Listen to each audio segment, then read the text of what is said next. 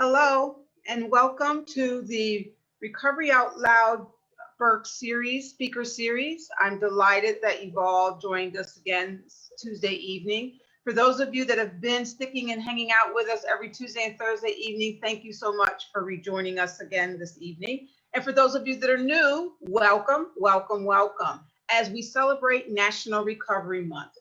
SAMHSA, which is the Substance Abuse and Mental Health Services Administration, for the last 30 years, has been promoting and supporting communities to celebrate recovery and recovery from substance use disorders.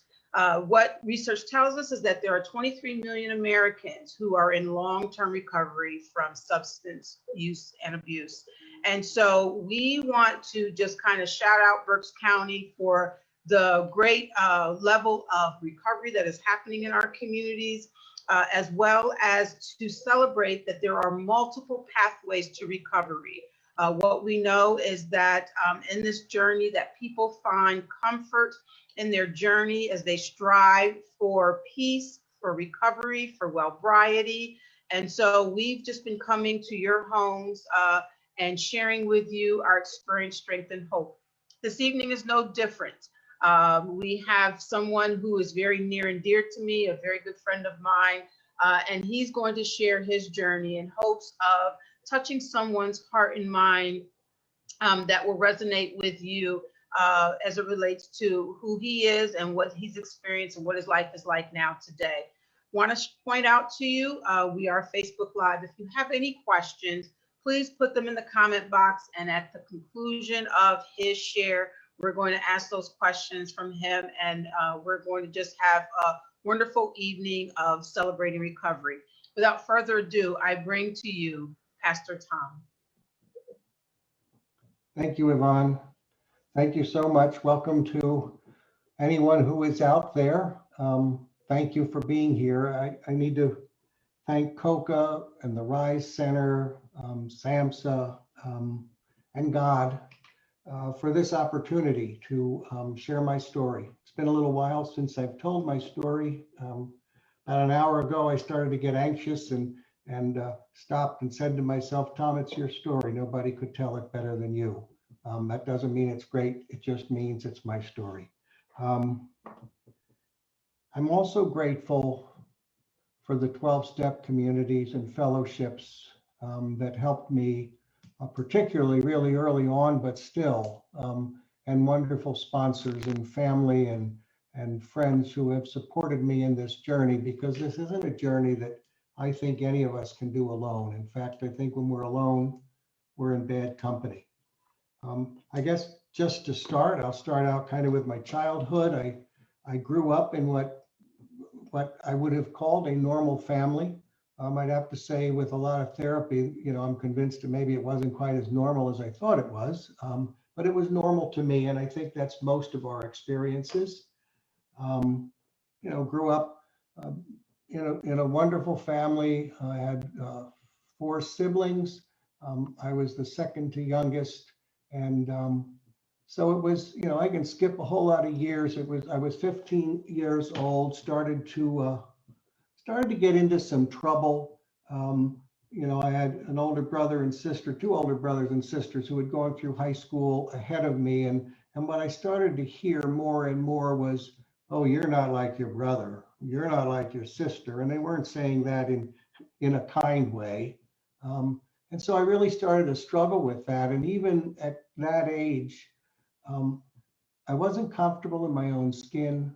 I knew I didn't want to be who I was. In fact, I kept being told, oh, you're not like your brother, that what I really wanted more than anything else was to be my brother, to emulate what he did, because then I would have been accepted. But that was not my journey. At 15, I started to smoke pot.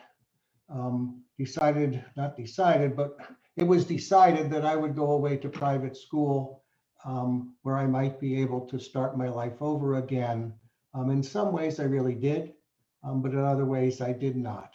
And in my senior year there, I ended up, being busted, and I was asked to leave that school, and so I did.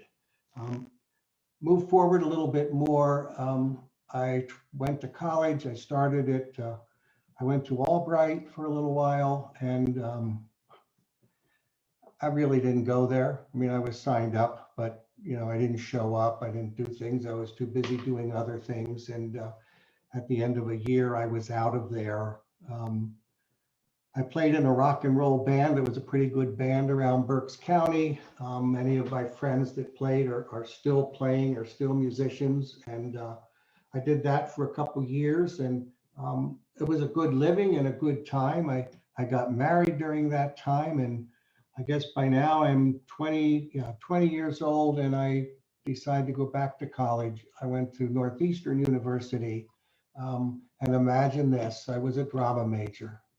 I mean, I actually had to go to school to learn how to do drama. I had that figured out a long time ago, but nevertheless, there I was in Massachusetts at Northeastern University. I think in my second year there, we did a lot of partying. I had a lot of friends in theater are that way. We were partying one night. My wife was with me, and we came home, and my dear wife said to me, you need to make a choice. You're either going to stop partying or at least slow down, or I'm going to leave. And I thought about it, and I said, well, let me think about it. And I got up in the morning, and I said, I think you have to go. It took me a long time to realize how powerful the addiction was, that even back then, that I would choose that over a wonderful woman who loved me and who I loved. I think it's really important. I didn't realize that until I was well in recovery. And bless her, we don't get a chance to talk, but I feel very dear of her, and I think she probably does of me. So out of college, I left there in my third year. It was like, okay, I've done enough. I've been here, done that. Didn't finish anything again, and went on, started a business locally with my brother, and actually, we did really, really well. I was in my 13th year there, and had a falling out and left. I ended up working for a large manufacturing company in Reading, where I was vice president of, and was doing really well. But I was there for the morning shift, and then during the day, and then the evening shift, and I started to find that. If I used a little bit of what I called my vitamins, which was a little white powder, if I did that vitamin a couple times a day, it gave me the energy to be able to stay there for the hours that I needed to stay. And of course, that continued to progress. And after 2 years, I was asked to leave there, I think probably because they recognized what I was doing. And this would have been around 1990. And at that time, companies weren't saying, oh, we need to send you to get treatment. And so I didn't get treatment, and on I went. So I was unemployed for a year. I was married again. I then had one child and about to have a second. Decided to go into the dry cleaning business. What a crazy thing to do, but went into the dry cleaning business and actually did really well again, but started to use more and more substances. I think probably by the end of the first year, my nose couldn't take it anymore. I couldn't understand why, I'd get up in the morning and blow my nose in the shower, and it was just really, really bad. And, so I won't get into too many details, but that really became a problem. And so I went to the folks that I used to buy from down in Philadelphia, and I said, man, I don't know what you're doing with this stuff, but I can't do this. It burns too much. And they said, well, try this. And they gave me my first hit of crack cocaine. And I remember, buying a little bit of that and getting on the Schuylkill Expressway. And I don't know if you know the expressway, but by the time I got to Gladwin, it was all done, and I turned around and started all over again. And that was a really rapid decline from there. I had 3 different locations for my dry cleaning business, and what my job became all of a sudden was going from one to the next, taking money out of the register, so that I could buy more and buy more and buy more. And I guess at the end of another year, I got a call one day that my store in Reading had been padlocked. I went down to my store in Exton and found the same thing. And the next day or so, a knock on my door, and there was this big burly guy that said, "Is there anything you want in your car before we tow it away?" And one car went, and a couple days later he came back, and "Oh, it's you again." And he took my other vehicle, and I got an eviction notice and had to move out of the townhouse I was renting. And all of a sudden I found myself homeless. No means of transportation and no place to stay. And you would think at that point I would wake up and say, "Hey, something is going wrong," but no. So I spent some time in Philadelphia, somewhere around Hunting Park, Old York Road, and lived down there for most of a winter, staying in abandoned buildings, and just continued to do what I was doing. And I finally, one day, I sort of came to myself and said, I think the problem is the people you hang around with. So maybe if you didn't hang around with these people, things wouldn't be so bad. And so I called a friend in Florida, and he said I could come down. And so I made a journey and got down to Florida. And for a little while, actually did pretty well. But this disease is always cunning and baffling and powerful. And so one morning, I had a vehicle again. I'm driving in West Palm Beach. And as I'm going down this road early in the morning to my job, and the windows are open, and I hear somebody go, "Yo." I don't know if you know what yo means, but I made a right turn and was back off to the races again. And so, what I found out was wherever I go, there I am, and that geographicals don't do any good. And so between Florida and Philadelphia, I had learned how to support myself doing things that I would truly not want to do, that were against anything that I'd ever thought I would ever do. And it just seemed like each thing that I'd say, "Well, I'll never do that." And it was a matter of days before I did that. And then I'd say, "Well, I'll never do that." And it just continued and continued and continued. So at one point, so now between crack cocaine and heroin, which was my way of coming down from the highs of crack cocaine. And I was back to Philadelphia again. The dear friend who brought me down to Florida was kind enough to buy me tickets to fly back. And I remember when he said, "I'm going to get you a ticket." And I said, No, don't worry about it. Just give me the money. I'll be okay. Well, God bless him. He chose not to give me the money. And this was before 9/11. And so he actually could walk out and saw me get on the airplane. He wanted to make sure I didn't, make an end around run.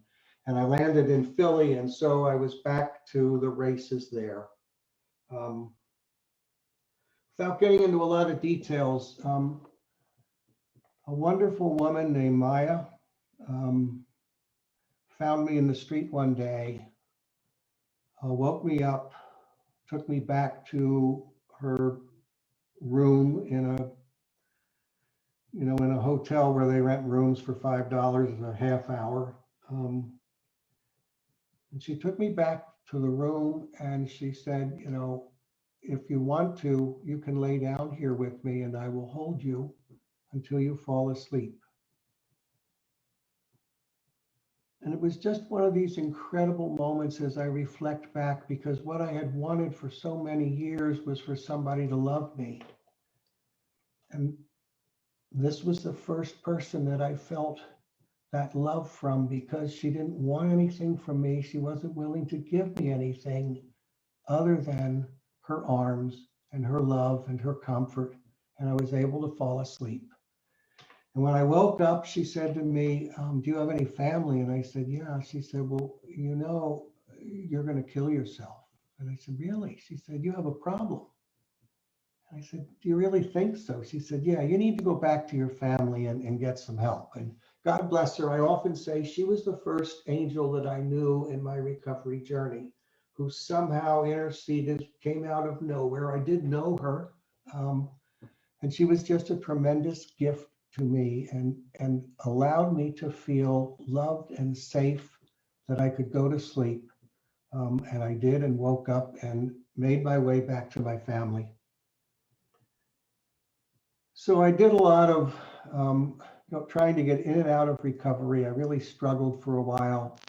I'd go on these runs. I was doing some side work, all kinds of little jobs, odd jobs, and I'd get 1/3 of the money up front, 1/3 when I was halfway through, and the final third when I was done. They'd give me 1/3, and that was enough money for me to go off to the races again. And when I'd come back, I didn't have the money. I couldn't buy materials, and so you can imagine this just really turned into a mess. I came home one time after another run. I was living above my brother's garage in his home. God bless him for giving me a place to live. And he came up, he said, "Tommy, it's time for dinner." And I said, "I'm not hungry. I don't feel well." He said, "What's the matter?" I said, "I have a problem." He said, "What's that?" I said, "I'm an addict." He said, "No shit." And I thought, how do they know? I mean, how did he know that that was the problem I was having? Well, it was absolutely obvious to everybody but me, but isn't that part of what happens in our stories, is that we're kind of the last people to know? We're not able to see what others do. And so I said I needed help. And so the family didn't know what to do. And so somebody gave them an idea and said, why don't you go into the church and see this pastor named Luther? And I thought to myself, what in the world is a church going to do for me? What's a pastor going to do for me? God has been punishing me through all of this. Why in the hell would I ever want to go into a church? But I did. And I went in and I met this fellow Luther, and I started to tell him my story. And I really expected that he would look at me and say, "You did what? Do you know who your family is? You're the black sheep. You've embarrassed them. Oh my gosh." And instead, he just listened. He just listened to my story. Didn't ask questions, just let me go on. And he asked me to come back the next day, and we met again, and I talked some more of my story. And again, he listened, and there was no judgment and no condemnation. And I just was so not used to that. But I kept telling him how God was this mean and angry God that was punishing me for all of this. And finally, he looked at me on the third day and he said, "Do you really think that you are that slick and that cool and that good that you could spend the time you spent in the hood as a 50-year-old white man and you survived on your own?" And I've lost it. The reality of that just hit me squarely, that I was not capable of doing that on my own. Some of the things that happened to me when I was beat up, when I was shot at, all kinds of things, and somehow time and time again, I survived. And he said, God was with you in those times. That's the only way you could survive. And I started to think, well, maybe that's the only solution. And I began to look at what it was that Maya did in my life. And I started to look at this pattern and started to see over and over where at these deepest, darkest times in my journey, somehow someone interceded, stepped in, and changed the course of my life. And so I really started to feel like, well, maybe there was a chance for me. And I said, well, I need to get some more help. And so they said, well, what do you want? I said, I think I need to go to a rehab. And so I did. I didn't want to go to Karen because my sister-in-law worked there. And I didn't want her to know. Again, like, these people have known me all my life. Of course they knew, but I didn't think so. So I went to another rehab. And I had it was difficult. It was around Thanksgiving. I was there from Thanksgiving through Christmas. Wanted the family to be there by then. And I guess what I'd say is that, so it was Thanksgiving and all the families were, the kids would come and I'd see them running up and daddy or mommy or their brother or whatever. And I saw this incredible love. And I was really, really sad because along with losing my house and my cars and my business and my life, I lost my children. And so the reality of them not being there was really, really a struggle for me. But I stuck it out for 28 days. I got out of rehab. They put me in an IOP kind of program in Reading. And I just want to give thanks. I told the commissioners the other day, they subsidized that, or I would have never been able to go to that men's group or have a Saturday morning with a therapist. And so that started my journey. They told me to go there. They told me to take it easy, not to load too much on at the same time. And I said, okay. So I started that. I got a job at Home Depot, a full-time job. I enrolled as a full-time student at Alvernia, and they kept saying, you can't do this. And I said, you don't know who I am. And of course, 3 months later, I was back down in Philly and my world came to an end again. So it took me another 6 months of in and out, dibbing and dabbing, as I would say, before I finally surrendered. And what had happened was I was in a meeting in Reading, and I finally decided to raise my hand and share that in my addiction, I had lost the custody of my children. And I really expected at that point that they would throw me out of the meeting and tell me, oh my gosh, I can't believe you did that. And instead, I was surrounded by people that cared, said things like, me too, that happened to me too. And all of a sudden, I knew I was in a place where other people knew and understood me. And when I was able to be honest, that was August 5th of 2001. And that's my clean date, because I was willing to finally get honest about what was going on in my life. So I stayed at Home Depot for 2 years. Did really well. At first, I didn't want to be honest. And when people would see me because of, corporations that I ran and stuff, and I had my orange apron on, and they'd say, oh, what are you doing? I said, oh, I'm retired and I'm just doing this for something to do. And my sponsor said to me, that's bullcrap. You don't need to tell them what went on in your life, but you can't make up stories or embellish things. You can just say, I'm working here. And so I did, and I spent 2 years there and actually did really well and started to move up and got paid more money. And, I wasn't getting rich at Home Depot, but I was doing pretty well. But I just felt like I wanted to do more. And so my sponsor at that time said, why don't you come work at Caron?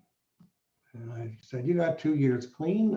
Maybe they'll let you come in. And so I said, well, how am I going to support myself? Because they're going to take a real cut. And he said, if this is something you want to do, God will find a way to make it work. And so it was that in, I guess, 2003, I started at Caron. And I worked there for 2 years. Really loved it. Worked in the relapse unit, learned an awful lot about what was going on. I now went back to Alvernia. And when I went back, I think some of you probably know George Vogel, God bless him. He was, he ran the program. And when I came in and said, George, I want to come back. And he looked at me and he said, why is it going to be any different than last time? And I said, well, I think I'm ready this time. And he said, look, Skornowacki, I'll tell you what, you can take one course and we'll see how you do. And if you do all right with that, we'll let you take another course. And so course by course, I continued to take those courses, and it took me 6 years. But at the end of 6 years, it was now 2009, and I was able to graduate. And I remember walking into the Sovereign Center and crying, because this was the first time in my life that I finished something that I started. And often I wondered, why am I doing this? Why am I even going to school? At that point, I worked for Easy Does It. I had a nice job. I was comfortable. I had just gotten married. So life was wonderful. And I kept thinking, why am I going to finish this? But I did. And so I graduated in May. Along the way, I started to feel this tug, this knocking on my door, and I'd say, nobody's home, go away. You don't want me. You're confused. It must be somebody else. But God just kept knocking on my door. And I kept saying no. And finally I said, well, talked to my wife and I said, let's go down to the seminary in Philadelphia. Let's just drive down there and see what it's like. And so we did. There was really nobody there. It was a time when the seminary, I guess, was out of class or whatever. But I drove on this nondescript property and just felt something that was really awesome. And so I thought, well, maybe I need to research this a little more. And so I did, and I went down for an interview, and I really thought what I wanted to do was get a Master of Arts in religion so that I could do Christian counseling. And I think I could have been really happy with that. And as I sat with the people in admissions, and they were going through, well, you could be a Master of Arts, you could get a Master in Public Leadership, and I'm asking them, what's the difference? And then they got to this MDiv, and I said, and what's an MDiv? And they started to explain it, and I was there with my wife, and I just broke out in tears. And I said, I don't know what I'm crying about. I don't understand what just happened. And the admissions person said, well, we now know what it is you're going to be here for. And so 3 months later, I started out at the seminary in Philadelphia. My wife was having a fit. God bless Tina. She was like, we just got married and now you're going to go away to a seminary for 3 years? This is crazy. But I went. And I struggled and I studied and I did everything that I needed to do. And I think by a lot of grace in that seminary and a lot of grace from God, I managed in 3 years of full-time school to graduate, to get my MDiv. Wondered even when I was there, what in the world am I going to do? I'm as old, I'm 62 years old when I get out of there. I'm as old as most of the guys that are retiring. Who's going to hire me? But in the meantime, this idea of Common Ground recovery ministry started. And while I was in seminary, Pastor Rick Summey and his wife, Chris, got these ideas together. And next thing, Karen wanted to jump on and say we could help with a speaker series. And so we started as a speaker series. And that began Common Ground. I just want to rewind for a moment because let me think, this would have been around 2003. Yeah, 2003. Early recovery, just started at Karen. Prior to that, my sponsor, and one of the questions in our 12 steps said, do you have any reservations? What would happen that would make you go out and use? And I said, well, if something happened to my mother, my sponsor, or my pastor. So a year later, my sponsor was diagnosed with cancer. My mother was diagnosed with cancer. My pastor, Luther, had an aortic aneurysm, I think died multiple times, and God bless him, he's still around. And yet, when I sat in church that day, what I heard, I don't know how this happens, what I heard very clearly was, Tommy, you will never be alone. And I believed that I was never going to be alone, and I wasn't. And so my anniversary, which is September 5th, August 5th, I was coming up to my anniversary. My birthday was September 10th. My mother was really at the end of her journey.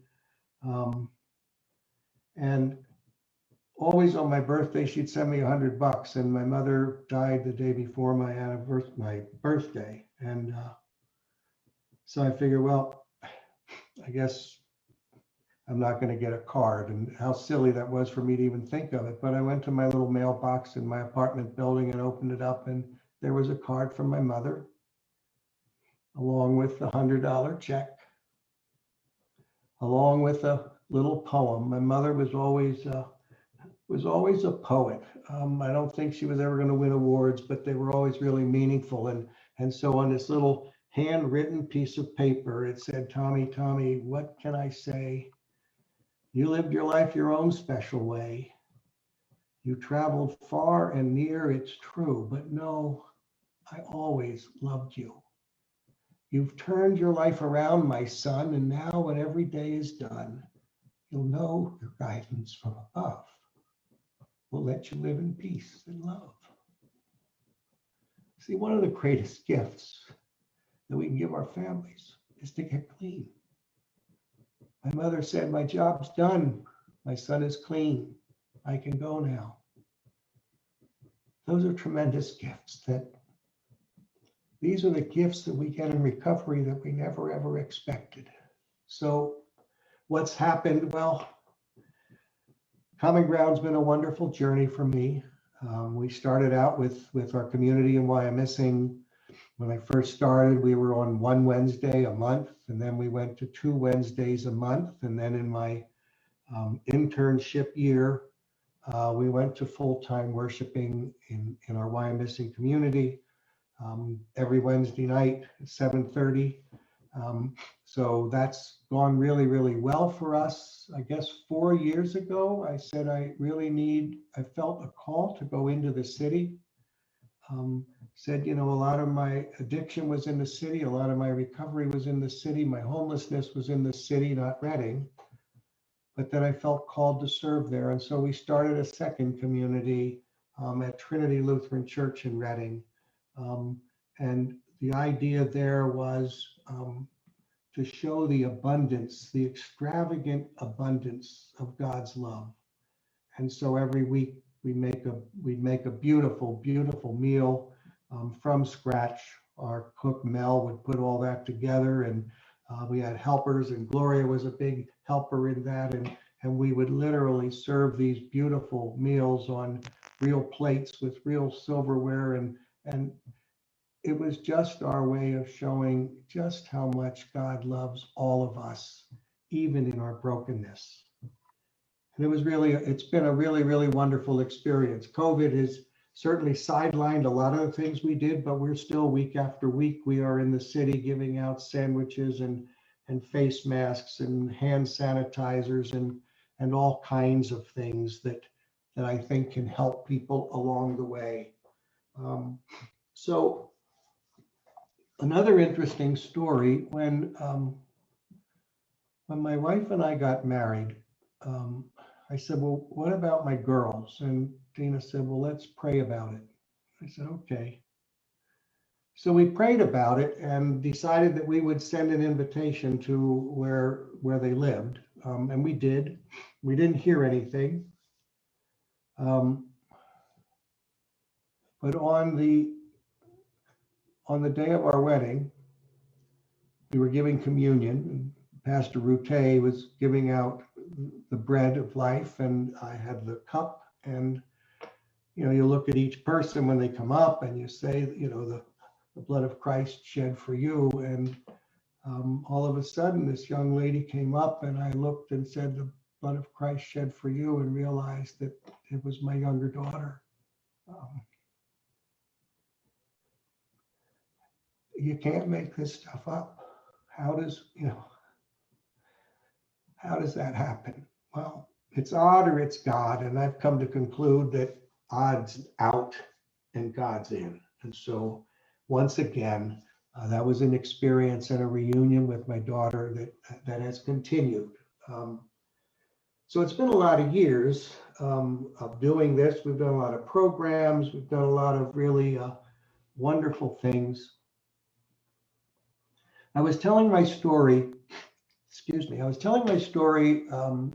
at some point, and I often talk about the story of the prodigal son. Many of you might know that story from scripture. It's in Luke 15. And I was telling the story And I was talking about the father and how when the son is so far off and the father sees this son way off and the father recognizes that this is the son, even at this long, long distance after this son's been gone for quite some time. And the father runs toward him and embraces him. And it's just this beautiful, beautiful scene. I often used to struggle as to whether,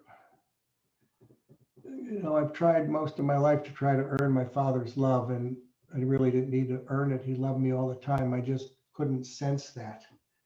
And I can remember I would call on a payphone because we didn't have cell phones at that time. I would call on a payphone. And if my dad answered the phone, he'd get, will you accept the collect charges from your son, Tom? And I would hear my father say, Tommy. But I never realized, I never felt it at that time. And I was telling my story. And when I was telling my story and I thought of my father saying that, it made me realize the incredible joy my father found in just knowing I was still alive. Again, I don't understand some of these things, but they all start to come up along the way.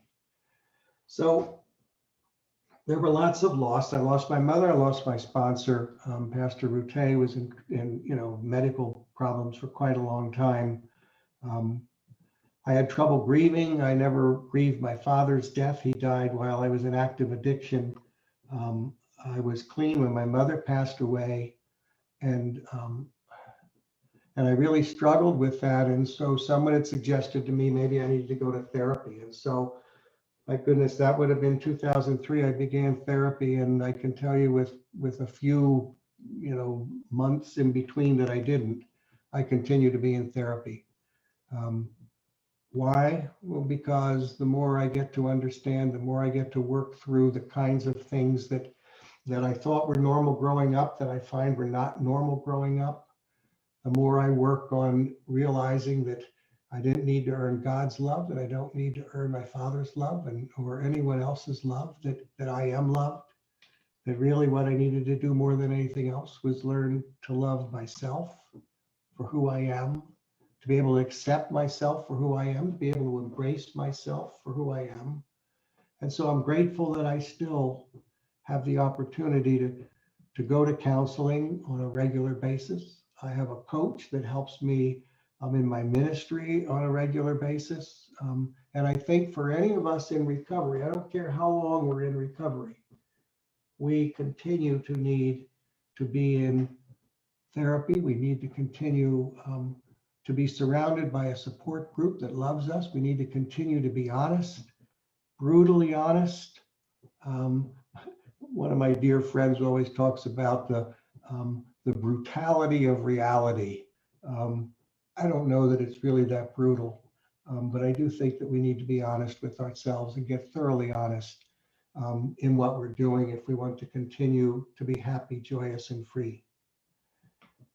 My older daughter, I was not able to reconnect with her for a long, long time. Sometime this past winter, I got a thing in Messenger from her for the first time in 15 or more years, that she just reached out, and I responded, and she reached out and I responded. And so we started on Messenger, and then we advanced to having phone numbers so we could do things through messages.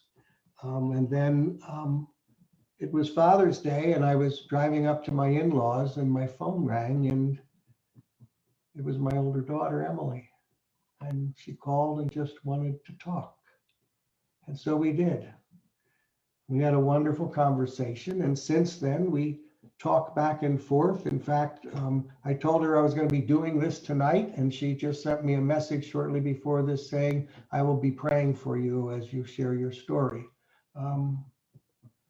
These are the kinds of things that I never, ever expected would come back into my life.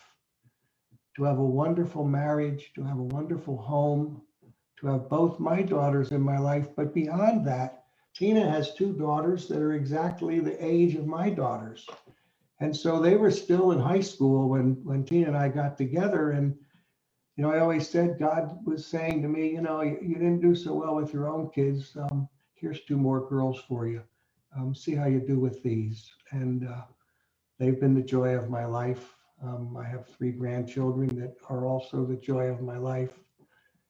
I know people say all the time, um, if we would have gotten what we thought we could get at the beginning of recovery, we would have shortchanged ourselves. The things that have happened in my life are really beyond understanding, except to know that the God of my understanding, who has unconditional love for me, not when I earn it, because if that were the case, I'd be screwed, but loves me as I am, and perhaps loves me so much that God doesn't want me to stay that way, and so I can continually improve.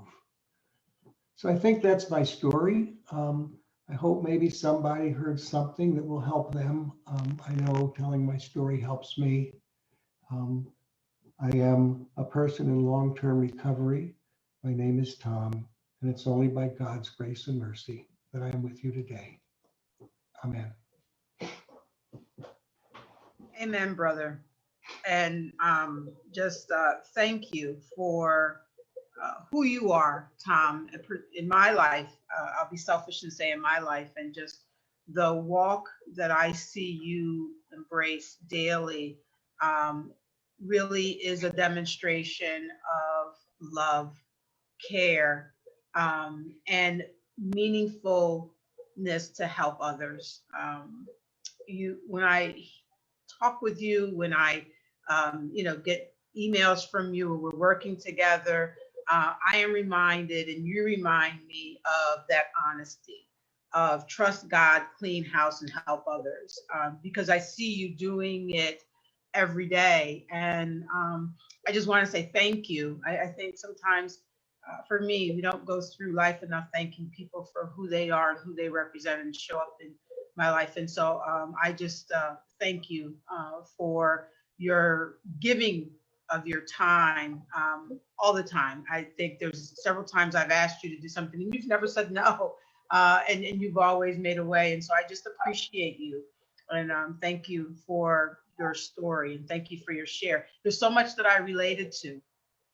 And I just wanted to kind of ask before I look to see if there's any other questions, is you spoke about a little bit about your relationship with God, and I was just wondering if you could talk about that in terms of, did you have growing up a idea of who God was, and the role that he served in your life, and in the course of your active addiction, what did that look like in terms of that, that relationship versus it is today? So, when I grew up, my understanding of God was a judgmental, condemning, punishing God that truly, in my mind, was somewhere up there with a stone slate and a chisel, and he was just putting check marks next to my name. And that's so sad that was my understanding, even to the fact that I often remember having an accident on my bicycle, and as I was skidding along the macadam, I already was thinking, I wonder what I did wrong that God's doing this. So in my addiction, I always felt that somehow this was punishment, that I was being punished for, I never quite understood what, but that for whatever reason, God was punishing me. And I can remember sometimes, walking in the street and singing, "Oh brother, how my heart grows weary, far from the old folks at home." And I would cry because I wanted to be connected to something, but didn't feel that connection. So I really had a very difficult image of God until until I walked into that church and talked to Luther, and Luther reversed everything, turned it upside down on its head, and helped me to see that the real answer was that God was with me in those deepest and darkest times of my life. And I believe that today, not just for me, but for everyone. People will say to me, "Oh, God put you through all that so you could do this." And I said, "No, life put me through all that, but God has found a way to let that work for the good of others." Yeah. That's God's work, not mine. Yeah. Thank you. Thank you for that. I relate. As I think about when I talked about my journey, and there's so many times that I know I should not be sitting here just by virtue of the choices that I made. And even despite because I heard you talk about the number of times that there was a return to use and the window of period where there was some semblance of abstinence and then the choice to return to use again. And each time, I think about that, and God pulled me up and out of situations that, there but for the grace of God go I. So when we talk about people who have overdosed or who was in jail or any of those consequences, there but for the grace of God go I.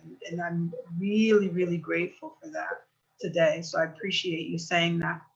There is a question. Alicia asked, we have heard so many different paths to recovery over the last several few weeks that we've done this series.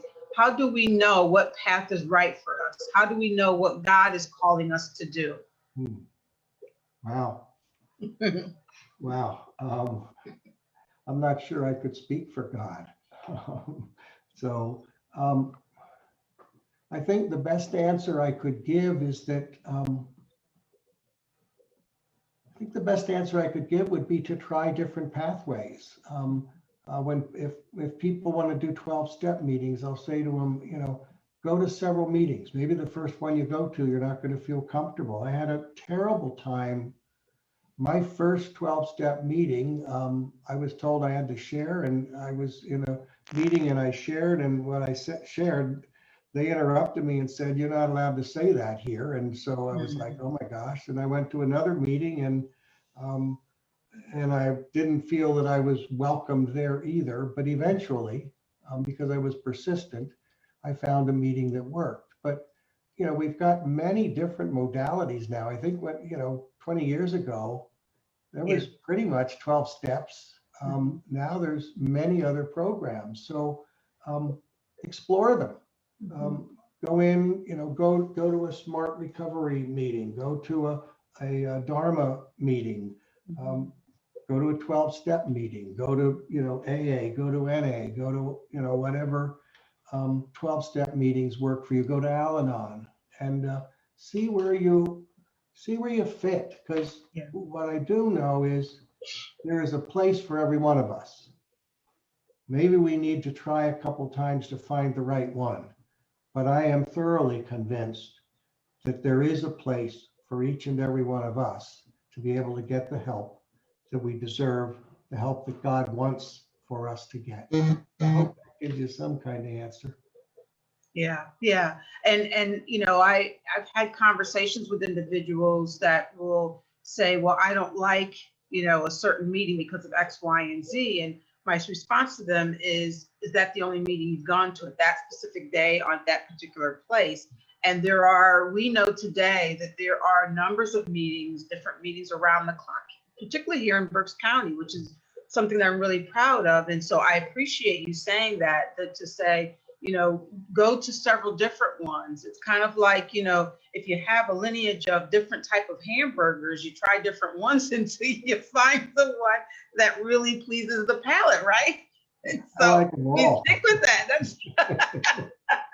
But we stick with that. And so I think we owe it to ourselves to do that same due diligence. And the other thing is that, I've shared with people, it is not uncommon, and it's okay if you find that you find comfort in two separate pathways. Maybe, I like the practices of Dharma recovery. I like the meditation and the quiet moments, but by the same token, I feel okay going to an AA meeting and sitting and, listening to that. And so I think we all try to find that perfect place and where we go and just understand that sometimes it's not going to take just once or twice or even three times. But as you mentioned, allow yourself, because you owe it to yourself in terms of wellness, to check it out. Just check out where your comfort level lies. And the other piece that they have talked about in terms of God calling us to do, I learned early on, and if you wouldn't mind commenting on this, it would be great. I went to a meeting and somebody said, I'm not really sure what God wants me to do at this point, but I know what he doesn't want of me. And he doesn't want us to self-destruct and belittle ourselves and tear ourselves down. I know that what he doesn't want. And so in finding the opposite of that might be some truth to the matter in terms of what your heart speaks to and what your mind speaks to, and moving forward with that. And the other thing is, I said, that's why we have a support group. That's why we have people, we're surrounded with people who are willing to share with us the goodness of who we are, and then help us maybe find that path as well. Yep, absolutely. Yeah, it's a, and it's a wonderful journey. So, I just invite people, find one way or another where you can feel comfortable. When you wonder what it is that God wants you to do, yes, I had said that, I heard very clearly that day, God saying to me, you'll never be alone. That was a very rare thing to me. What I do believe is that God works through other people. And even in my story, when I talked about Maya or some of those other situations that came up, God works through other people. So when you start getting people suggesting to you, hey, why don't you try this? Why don't you try that? I believe for the most part, God works through tangible things like other people, like things in nature, that we're able to see and actually touch, and that's really meaningful in our lives. Yeah. And the other question that I had for you is that, can you talk a little bit about, for those parents that are trying to re-engage and reconnect with their children, because oftentimes we know that it's not an easy thing to do, particularly when families are so torn apart by this insidious disease. And how do we really work to regain those relationships? Was there anything that you did specifically or did not do that maybe, because it sounds like those relationships you rebuild with your daughters are fantastic. And I certain someone sitting out there thinking, wow, how do I begin to repair those relationships so that we can be a loving family again? Yeah. So the first thing I would say is prayer. I every morning for, I don't know, 15 years, well, I still pray every morning, for my daughters. Prayed that one day somehow my older daughter would come back into my life. Grateful for my younger daughter coming sooner. We're still not, I'd have to say I'm not as close to my biological daughters as I am to my two stepdaughters, just from proximity.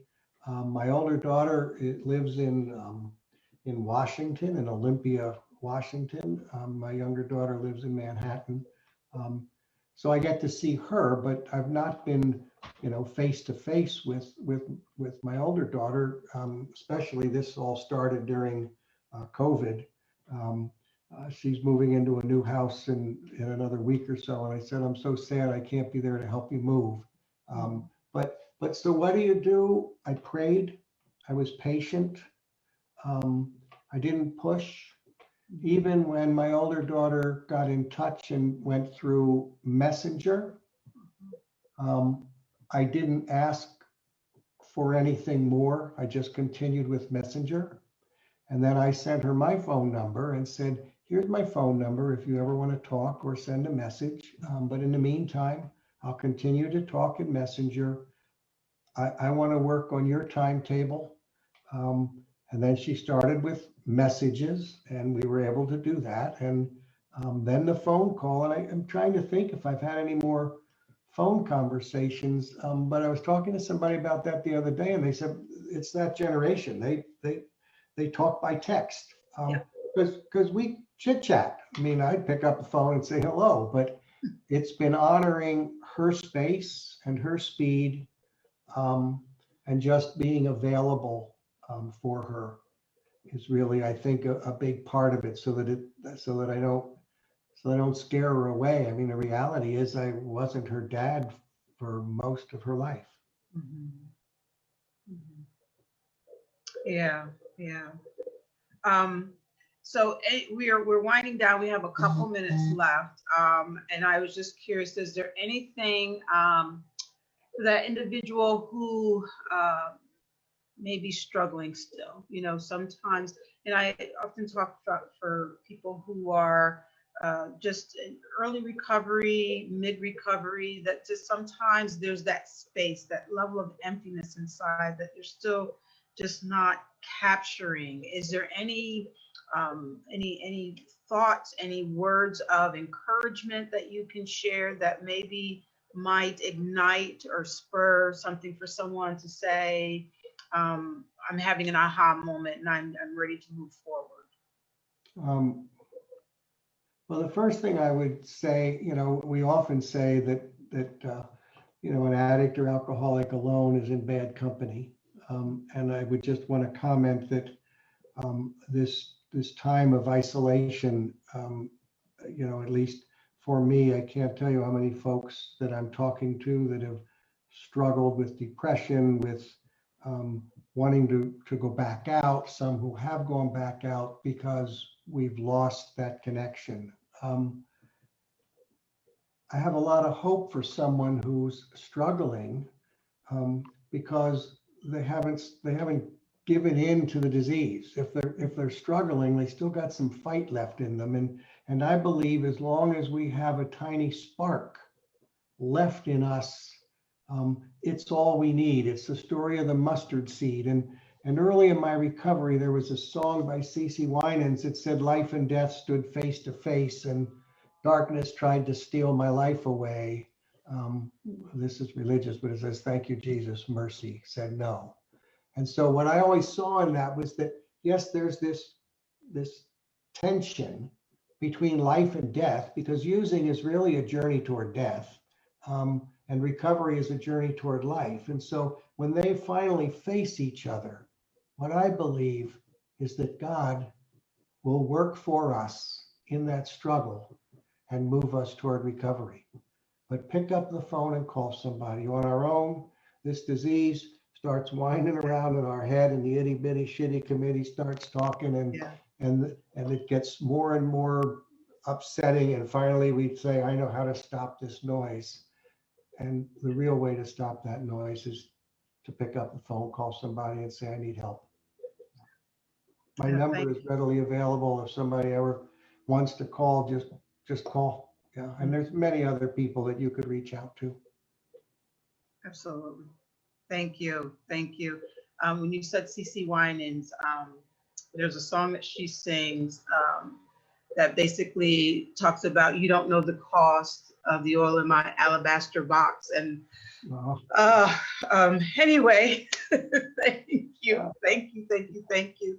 I just so appreciate you and who you are, and the story that you hold. And just thank you for who you are in my lifetime. I really so appreciate you. And our time is up, but I just want to invite folks back on Thursday evening at 6. We'll be hearing from a couple of gentlemen who are in recovery as a result of Celebrate Recovery. So we're going to talk about and learn about another pathway that's here in Berks County through Celebrate Recovery. So we hope that you'll come on back and you'll join us for that. And again, this is National Recovery Month. If you have if you're grateful to be in recovery and you have a 30-second video that you can share with us, please go to the Berks Rise website and post that video, and we will be more than happy to send you a t-shirt as you walk with us in our Recovery Out Loud series. I'm so grateful for you all, and thank you for joining us. I look forward to seeing you on Thursday evening at 6 o'clock. Have a good evening. Don. Thanks, Jenny, in the background. Blessings to you all. Blessings to you, brother.